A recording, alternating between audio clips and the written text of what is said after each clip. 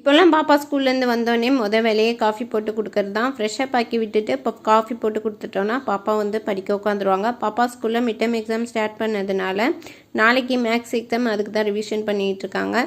10:20 எழுதி பார்த்துட்டு வர சொன்னாங்க, அதான் எழுதி பார்த்துட்ருக்கா. 5 o'clock உட்காந்தா 6 o'clock படித்து முடிச்சிடுவா. ஏன்னா 6:30 செல்லமே செல்லம் பாப்பாவோட ஃபேவரட் சீரியல். உங்களுக்கு இந்த சீரியல் பிடிக்குமான்னு கமெண்ட்ஸில் சொல்லுங்கள். நானுமே இந்த சீரியல் பார்த்து முடிச்சுட்டு கிச்சனுக்கு டின்னர் செய்யலான்னு வந்துட்டேன். இன்றைக்கி தக்காளி குழம்பு தோசையும் தான். இந்த தக்காளி குழம்பு பண்ணுறதுக்கு ஒரு கடாய் ஹீட் பண்ணிட்டு எண்ணெய் சேர்த்துட்டு கடுகு ஜீரகம் தாளிச்சிட்டு இது கூடயே வெங்காயம் சேர்த்து நல்லா வதக்கிக்கணும். இது பாதி வதங்கின பிறகு இது கூட பெருங்காயத்தூள் 3 தக்காளி அரைச்சி வச்சுருக்கேன், அதை சேர்த்துக்கலாம். சேர்த்துட்டு நல்லா கலந்து விட்டுக்கோங்க. இது கலந்த பிறகு கொஞ்சமாக மஞ்சத்தூள் உப்பு சேர்த்துட்டு மிக்ஸி ஜாரை வாஷ் பண்ணி இதில் சேர்த்துடலாம். சேர்த்துட்டு அதையுமே நல்லா கொதிக்க விடணும். இது நல்லா கொதி வந்த பிறகு குழம்பு மிளகாத்தூள் சேர்த்துக்கிறேன். நான் காரம் இப்போல்லாம் கம்மியாக தான் சேர்த்து செய்கிறேன்.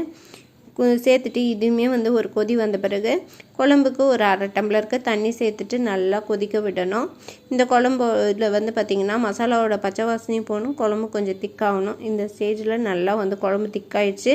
இப்போ இதில் கொஞ்சமாக கொத்தமல்லியை மட்டும் கட் பண்ணி சேர்த்துக்கலாம். சேர்த்துட்டு ஒரு கொதி விட்டு ஆஃப் பண்ணோன்னா சூப்பரான தக்காளி குழம்பு ரெடி. இது பார்த்திங்கன்னா தோசை, சப்பாத்தி, பூரி, சாதம் எல்லாத்துக்குமே சூப்பராக இருக்கும். நீங்களும் உங்கள் வீட்டில் கண்டிப்பாக ட்ரை பண்ணி பாருங்கள்.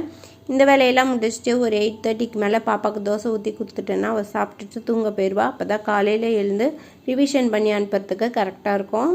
இப்போல்லாம் பாப்பா டைமுக்கு சாப்பிட்டு தூங்கிடுறாங்க. அதனால நானுமே பாப்பா கூடயே உட்காந்து டின்னர் சாப்பிட்டு முடிச்சிட்டேன்னா அவள் எல்லாருமே சாப்பிட்டாங்க அப்படின்னு சொல்லிட்டு போய் தூங்கிடுவா. இல்லைன்னா விளையாண்டுட்ருப்பா. நானும் பாப்பாவும் இன்றைக்கி ஒன்றா தான் உட்காந்து டின்னர் சாப்பிட்டோம். தோசைக்கு தக்காளி குழம்பு பாப்பா தான் ஊற்றி தரும். ஒரே அடம் பிடிச்சி அவள் தான் ஊற்றி கொடுத்தா. ஃபைனலாக நானும் பாப்பாவும் சூப்பராக டின்னர் சாப்பிட்டு முடிச்சிட்டோம்.